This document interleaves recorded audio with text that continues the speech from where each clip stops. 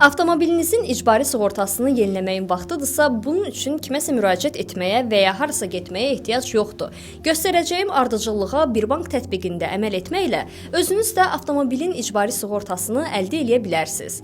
Bunun üçün ilk olaraq tətbiqə daxil olub aşağıda yer alan bank məhsulları hissəsindən sığorta, açılan alt menyudan isə sığorta əldə et seçimini etmək lazımdır. Növbəti ekranda qarşımıza bir neçə sığorta növü çıxır. Burada bizə lazım olan birinci, icbari avto sığortadır. Əldə et düyməsini sıxıb alış prosesinə başlayaq.